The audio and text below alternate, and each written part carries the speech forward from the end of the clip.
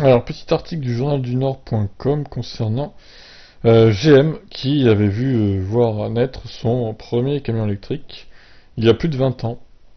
Donc, vous voyez un peu ce que dit cet article. Les constructeurs américains s'effaraient présentement à développer des camionnettes 100% électriques, mais leur travail n'est pas sans précédent. Bien avant que Tesla promette un camion à batterie, que Ford entame la conception d'un F-150 électrique et que Rivian lance son prodigieux concept R1T, General Motors a expérimenté avec une version électrique de son Chevrolet S10. Vous vous rappelez la GM IV1, cette éphémère voiture électrique qui était beaucoup trop en avance sur son temps? Son groupe motopropulseur était adapté dans un modèle S10 à deux portes et à caisse courte. Il se composait d'un moteur électrique de 114 chevaux et d'une batterie au plomb acide de 16,2 kWh. Alors, ouais, le batterie au plomb acide, c'est de la vraie merde, hein, honnêtement. Ça devait pas faire beaucoup de cycles, hein, clairement. Cette dernière résidait entre les longerons du cadre, sous la caisse de chargement, et elle pesait pas moins de 1400 livres. Alors, 1400 livres en kilos, ça fait combien ça? Ça fait 635 kilos exactement.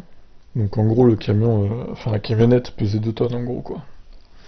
Des tests effectués par un laboratoire national en Idaho ont démontré que le Chevrolet S10 électrique possédait une autonomie de 62 km et une vitesse constante de près de 100 km/h, ou encore de 97 km à une vitesse d'environ 70 km/h. Ouais, bah finalement, oui, c'est pas étonnant, vu qu'il faisait 2 tonnes, hein, la faible autonomie ne m'étonne pas, moi, personnellement. Une plus grosse batterie au nickel hydrométallique d'une capacité de 39 kWh a vite fait son apparition, doublant la distance qu'il était possible de franchir. L'accélération douce et rapide me donnait l'impression de décoller à bord d'un avion léger, racontait Tom Conway, un ingénieur de chez GM. Il y a quelques années, le son me rappelait celui d'une turbine. Si GM refait ce genre de véhicule un jour, je vais l'acheter sans hésiter. Je m'ennuie de ce camion. Donc lancé en 97 principalement pour les flottes de véhicules, le Chevrolet S10 électrique a été produit à un peu plus de 1000 exemplaires seulement. Le projet a été abandonné l'année suivante. Ford a aussi tenté l'aventure avec un Ranger électrique disponible à la location de 98 à 2004, mais toutes les unités ont fini par être rappelées par le constructeur. Ah. Espérons que les camions électriques à venir seront mieux conçus et plus attrayants, dont celui de GM. Les prix seront assez élevés, mais c'est certain, mais d'un autre côté, la demande pour les véhicules électriques est beaucoup plus forte qu'elle l'était il y a 20 ans. Bah, c'est clair, là, c'est vraiment la renaissance des voitures électriques. Mais bon, comme quoi, hein, dès 97, fin des années 90, il y avait quand même également aux États-Unis des véhicules électriques du coup. Donc le Journal du Nord, hein, c'est un site québécois.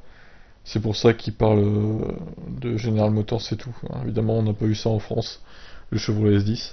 Mais bon, c'est aussi intéressant de s'intéresser justement à ce qui s'est fait en Amérique du Nord.